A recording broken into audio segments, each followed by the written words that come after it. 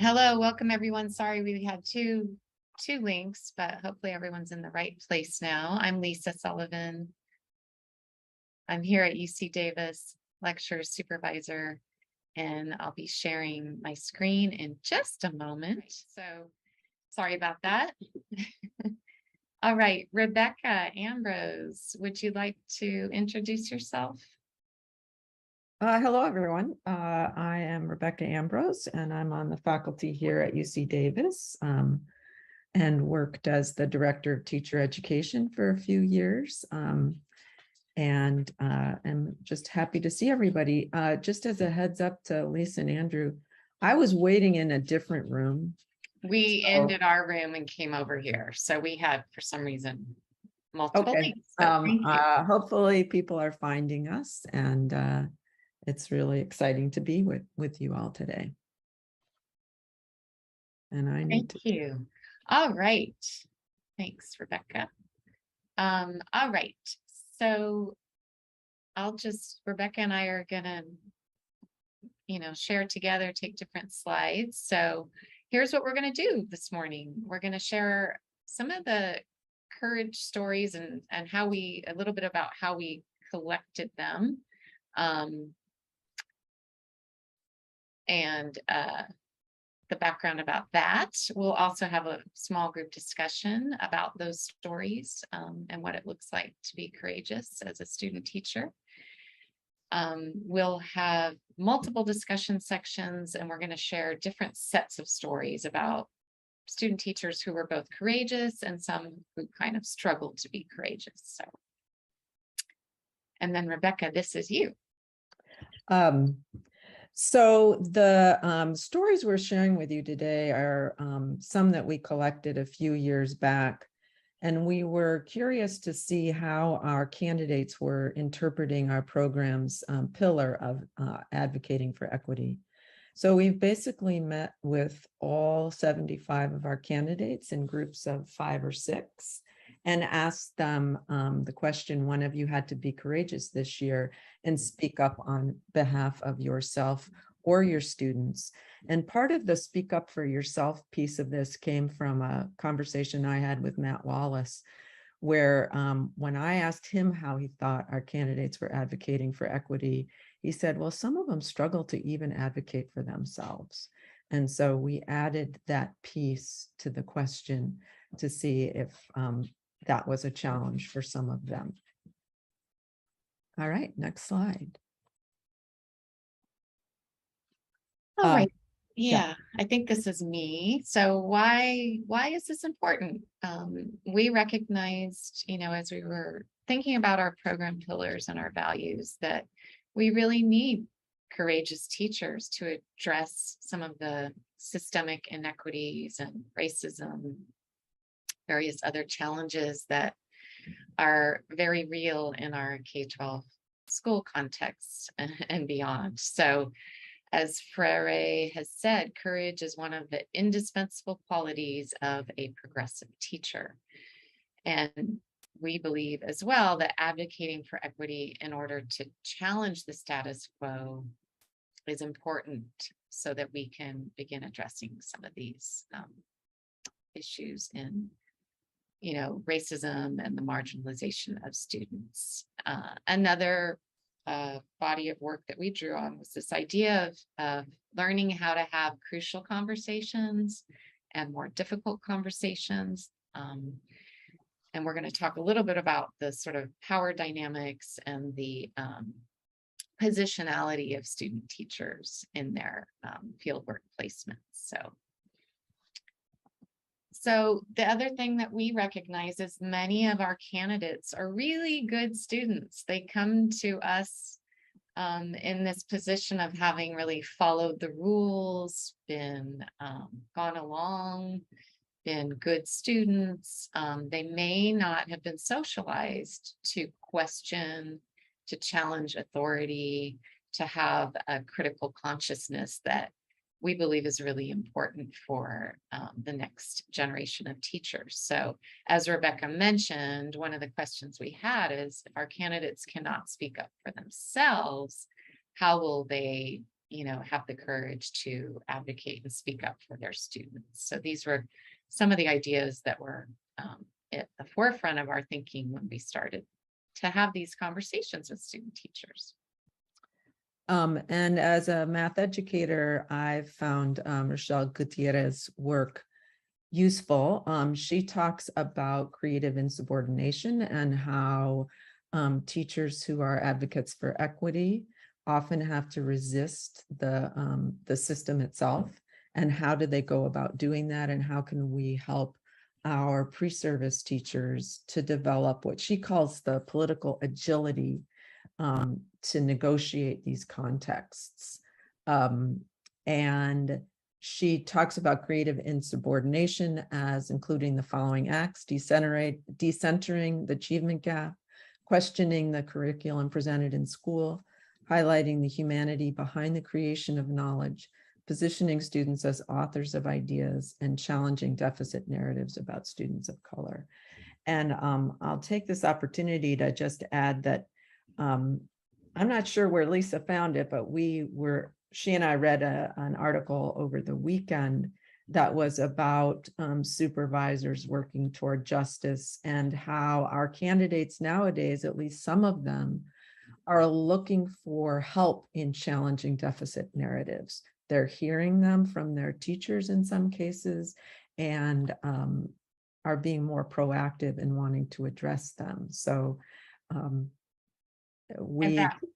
go ahead, Lisa. I was just going to say that article is in our resources folder. So if you're interested in what Rebecca's mentioning, you might look at that later.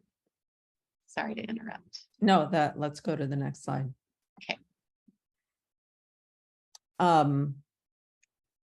So we know from some research about the challenges that new teachers have in advocating for equity, and they worry about alienating administrators, especially when they don't yet have tenure. But our hope is that courageous behavior is contagious, and reticent individuals can be inspired to action when they see peers stepping up. So we actually hope that student teachers can encourage one another in these courageous activities, as well as being encouraged by their supervisors. And while many candidates have the motivation and interest to disrupt problematic viewpoints and language, they lack the working capital and expertise to do so. And this comes from that article that I was just mentioning. So, and we don't want to label individuals as being courageous or not. We want to recognize that this is something that is a choice that people make from time to time. And often they're looking to their supervisor for advice about when to do it and how to do it. And we're going to put you in a role play later today.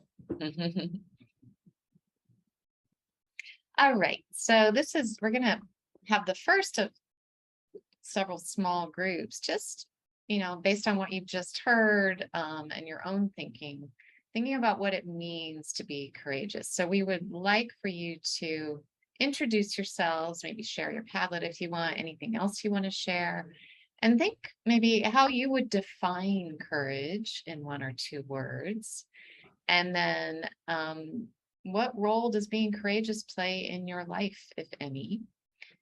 And finally, do you think being courageous is important for pre-service teachers? Is this something, I would assume you're here as part of this workshop, that you're interested in this topic and maybe how to help your pre-service teachers in this area. So I will drop those questions. The Padlet, we will share a link to the Padlet in the chat. I'll try to do that while you're in your groups. And then I will also cut these questions and put them in the chat so you can look at them when you're in your breakout rooms. And I just want to give credit, and it was Andrew Hood who shared that article with me, Rebecca. I think I mentioned that. So Andrew, will you start breakout rooms, and we're going to give you about 5 minutes in this group to discuss these prompts. Yeah, and how many groups Let's of say how we many have would you like? 43. So can we do groups of 4? Yeah, And so that'll yes, be and we're going to want to keep these groups for the whole time. 10 breakout rooms. Okay. Thank you. 4 participants per And we'll room. set a timer so you know when you need to come back for 5 minutes. Any questions before we send you off into a breakout room? I know someone asked about the Padlet. We'll add that. We'll add that to the chat as well. Okay, no questions. Right. Have a great conversation. Okay, so if you have, hopefully you had a good conversation about what it means to be courageous. If you have anything you'd like to share, a highlight, please feel free to put that in the chat. We would love to hear how the conversation went or any highlights, but we will move So, on. Lisa, Yes. so Yes. again, this is Ramon. So we were discussing defining equity in 1 or 2 words. And so I was just about, which I didn't get to say, so I'll say just pursuing equity. But, you know, there's so much more than that, of course. And so I'd be interested in hearing what others have. Thank you. Yeah, thanks for sharing. I appreciate it. I put that in the chat just in case somebody missed it. All right, Rebecca, is this you? Well, and I'm seeing another definition of Oh, great. Sorry, I missed that. putting passion into action. And Mandy, I'm sorry to see that you're getting background noise because I think the rest of us are not getting that. And so I don't. I had it before. I had it when we were first when we first met, and then it carried on into the breakout. Yes, it's on now. And we can hear it. Yeah. Well, do you have 2 devices going, Mandy? No, just one. just one. Do you have a headset? I don't know. You might want to go out and come back in. That might help it. Yeah, you might want to leave the meeting and come back. That's a good idea. Okay. So these stories of courage, we audio recorded them so that we could make transcripts of them. And then we did some analysis, and we looked at them to see the kinds of situations that the pre-service teachers were talking about when they told these stories of courage. And we broke them up into 4 main categories based on what they were telling us, which included speaking up on behalf of children and students, some covert actions, in addition to speaking up, some overt actions, and then some that were more specific to speaking up for themselves. So the next slide. Is this my slide? Let's see. Yes, I believe this is. Yeah, so one of the stories that we heard was from a candidate who was in a 3rd grade classroom, and she noticed that one of the students was being consistently sent to a kindergarten classroom when the teacher was unhappy with the child's behavior. And she asked the mentor teacher about why he was doing it. And I will add that it took her a long time to be able to ask this question. So it wasn't on the first few occasions when she saw this, but after it became clear to her that this was a pattern, she asked why he was doing it. And the mentor teacher explained that he was intentionally embarrassing the student, hoping that it would be aversive to her to go down to the kindergarten classroom. And the candidate followed it up with whether he had tried something else. And I think she felt that she was courageous in that situation because she asked. Instead of just ignoring it or assuming that was good practice. And the good news about this situation was that just by asking the question, the teacher, I think, reflected on what they were doing and decided to do something else. The child was able to stay in the classroom and not have to endure the shame of going to other classrooms. Thanks, Rebecca. I just want to share that we have a comment in the chat related to what you just said, that that story, this idea of taking risks, stepping out of our comfort zone, and how some student teachers really struggle when they're learning, and in that or mentor teachers' classrooms. So it can be a hard, difficult, kind of situation. When do you speak up? What do you say? How do you speak up? So we're going to be talking about all of that. I think this is you as well, Rebecca, and then I'll do the next one. Okay. So this was a really profound story, and I happen to know the mentor teacher that this student was, the candidate was talking about, and I will just share that I think that this was a very experienced teacher who was going through a rough year, and in this particular case, the kindergartners were doing an assessment, and the teacher grabbed the assessment paper from a child and threw it away. And this was a child who was a foster child and had been facing some real challenges in their home situation. And the student teacher thought that this was an inappropriate thing for the teacher to do. And I think had been challenged the whole year by seeing that the mentor teacher that year was very punitive with her students, and it was very troubling to the candidate.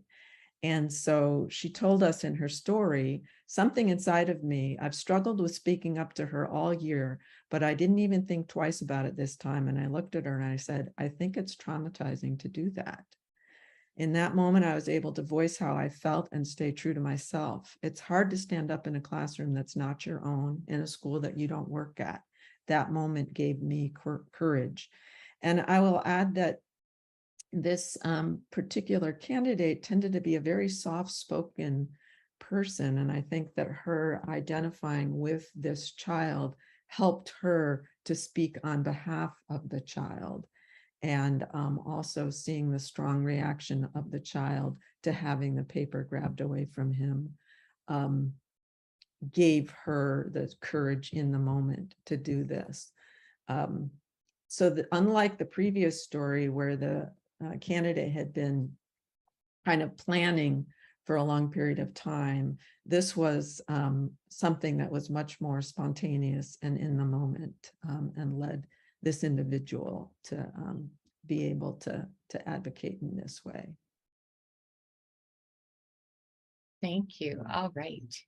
So the next story is from a candidate who described his concern about a pretty strict and rigid policy where the 5th grade students in his student teaching placement without their homework would have to stay in and do it during recess. So it really troubled him, this policy. He brought it up in a grade level meeting and said, we are punishing the students for their lack of control of their environment, and I don't think that's okay. So he explained that he felt, kind of singling out these students, making them stay in, was punishing them for something that they don't have control over. So maybe, parents that are unable to help them at home, or just an environment where they're unable to complete their homework. So in this case, his story, his comments had made a difference. So, and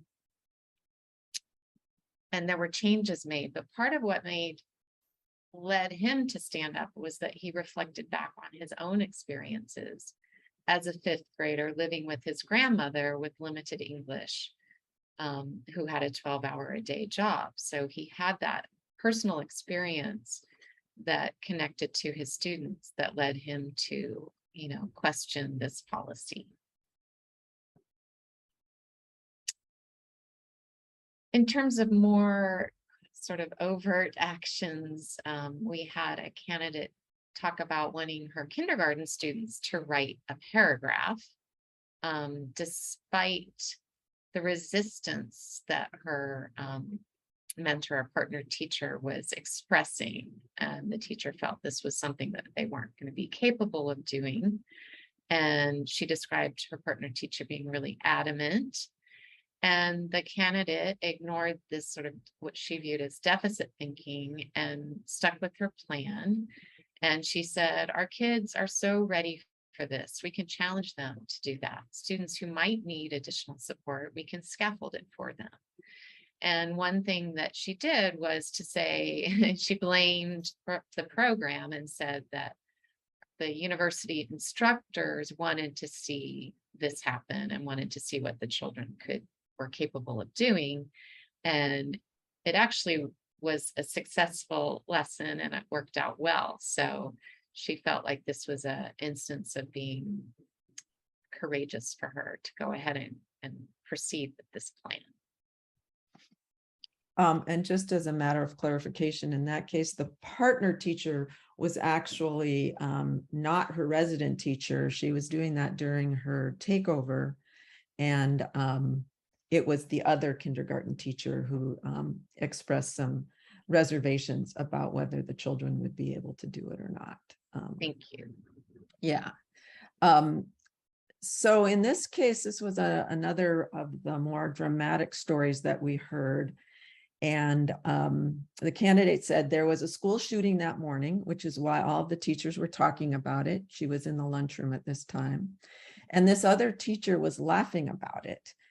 Our school is in a low-income area. And she was saying, I am surprised that our school hasn't been shot up because look at where we're teaching and look at our neighborhood. If all of these school shootings are going to start happening, then I definitely want a gun. I don't want to get shot. And then she started going on about her students and saying appropriate things about them. And so the candidate said that I stood up and said, honestly, I would gladly take a bullet for any of my students before I would ever grab a gun or arm myself. The other teacher looked at her and was like, okay. And then I left and walked out and went to my classroom. My RT mentor teacher came after me and was like, oh my God, that was amazing. And when she was telling us this story, she noted that this individual in the teacher's lunchroom was often very vocal, and the other teachers tended to kind of smile and laugh at what she said. And the mentor teacher's reaction by giving her those words of encouragement suggested to me anyway that there was a lot of silent concern about what the other teachers were hearing, and that this student teacher was voicing what many of the people wished that they could say to this particular individual. Yeah, you just made me think that in some ways for the student teacher who maybe won't be working with these people in the long term, sometimes they maybe feel more empowered if they know, they have a job or a position somewhere else next year. So interesting to think about those dynamics.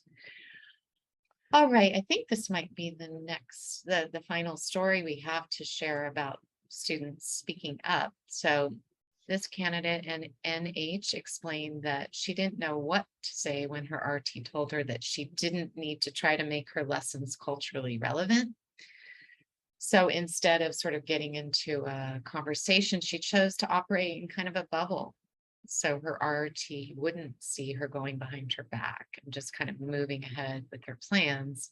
But it struck her in the heart, she said, that her RT had low expectations for her students and did not see the value in culturally relevant lessons. So this was a case where, you know, more covert actions were taken to design lessons that were culturally relevant without necessarily including the resident teacher. All right, so we want to put you back into your same groups now that you've met those folks, and think about any stories you have of your own student teachers maybe being assertive in the ways that these stories we've just shared showed.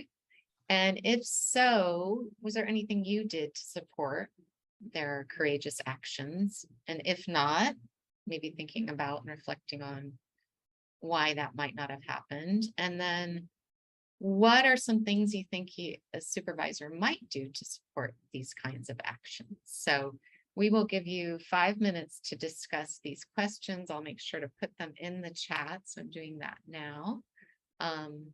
Any questions before we begin? Welcome back if you're joining us.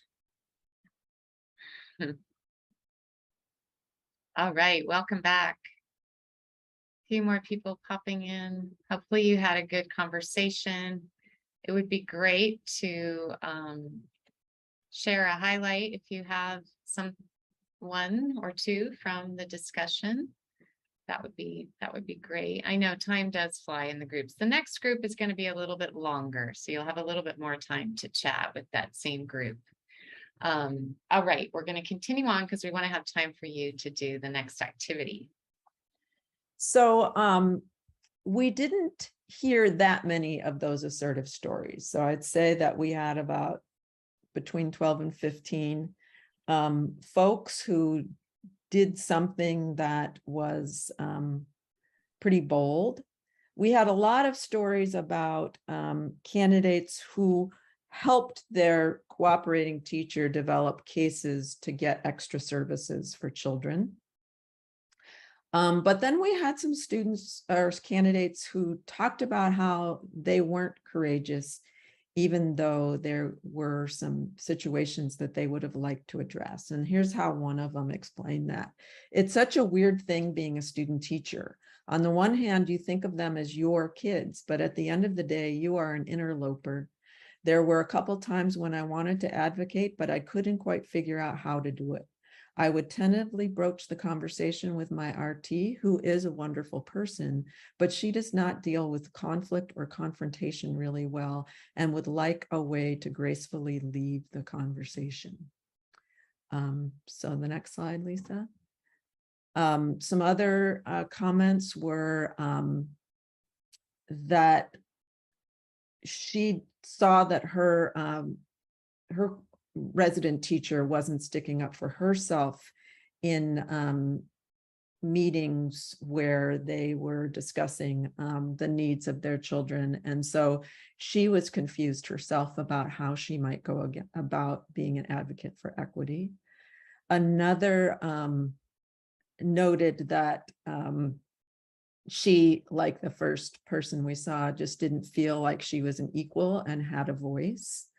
Another PST talked about how the RT had authority over her, and she was worried about the recommendation that her RT might be giving her. RT stands for resident teacher. Thank you. And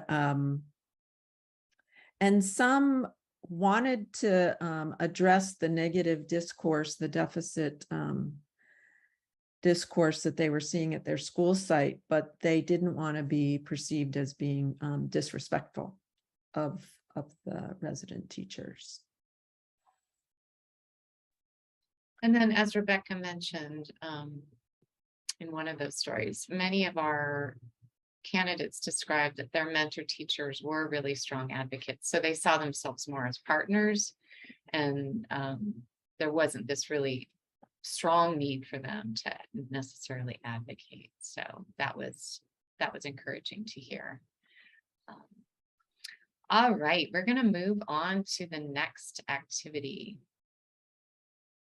Yes, I'm just going to highlight what Johnny mentioned. I did want to say that these are experiences that are happening in settings where we take a lot of time to select mentor teachers, resident teachers, to work with our student teachers. So we're selecting folks who we believe have really positive and equitable classrooms, but these situations, you know, the reality is that they happen in a lot of settings. And as one of the stories mentioned, that RT was having a really challenging year herself personally. So she was struggling in that way. So what we would like to do now is put you into your small group, back into your small group. And we're going to have you do a little role-playing activity. So we'll have 2 people take turns. And if there are 4 people in your group, hopefully you'll have a chance to all 4 of you take on one role. So one of you will be the candidate and one of you will be the supervisor. The listeners in that conversation can serve as consultants if anybody gets stuck. And we're going to give you some scenarios in just a second. So I would suggest about 5 minutes per scenario. And we want you to start with the candidate coming to you and saying, what should I do in this situation? How would you respond? And then maybe the candidate reacts. So you might think about the way a candidate would react where they're a little bit reluctant. So here are the scenarios, and we will make sure to put these into the chat. But I also encourage you, if you have your own example that you want the group to role play, you could share that example or use one of the stories that we just shared. But these are the examples and the scenarios. So we'll go ahead and let you get started. Jump in. I know role playing can be a little scary, but we are amongst friends, and I think this is a good way to stretch ourselves. Rebecca and I role played one of these, and I struggled. I needed a lifeline. So enjoy, have fun with it, and we will come back together. You'll have, as I said, 5 minutes for 2 different scenarios. So we'll come back in about 10 minutes. So we'll set the timer for that. Any questions? Hello and welcome back. I hope that went well. We wanted to ask, can you give us a thumbs up if you did the role-playing activity? All right. Thanks. Good to see you. We want to thank you for your courage in doing that, because it can be awkward to do role plays, but thanks for giving it a try. It's very different to try to put yourself in those positions, I think. And if you have any highlights, something you want to share based on your discussion, it would be great to see. Yeah, sorry the time, didn't have enough time, unfortunately. This is something that at the end of the day we can talk about, or at the lunch open session if you want to share. Good.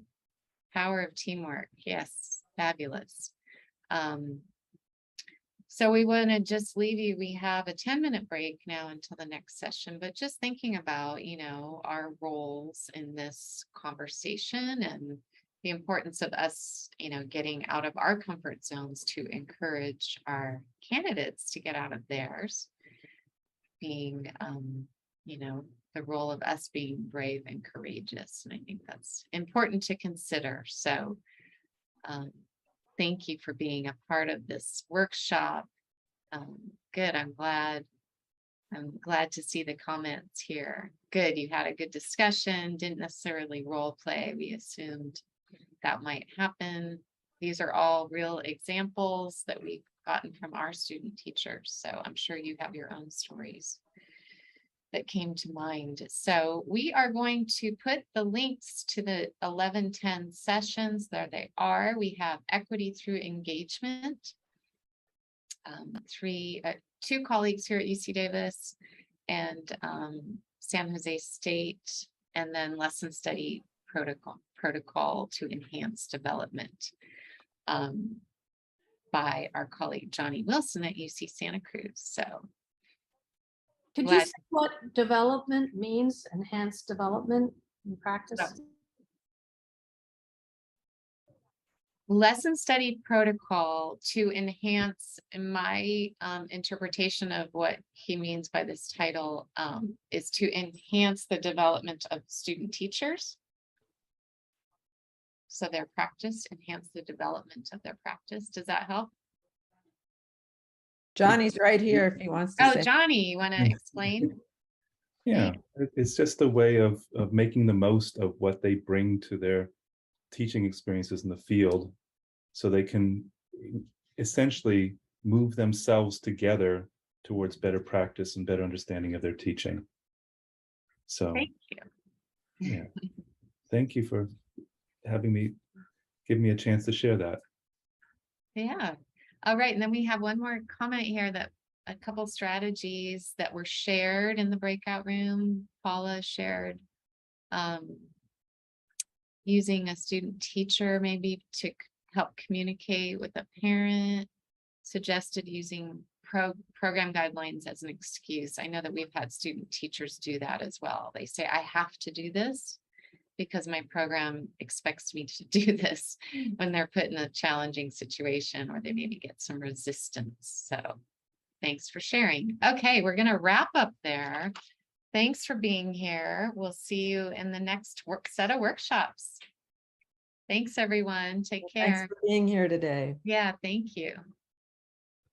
Adios.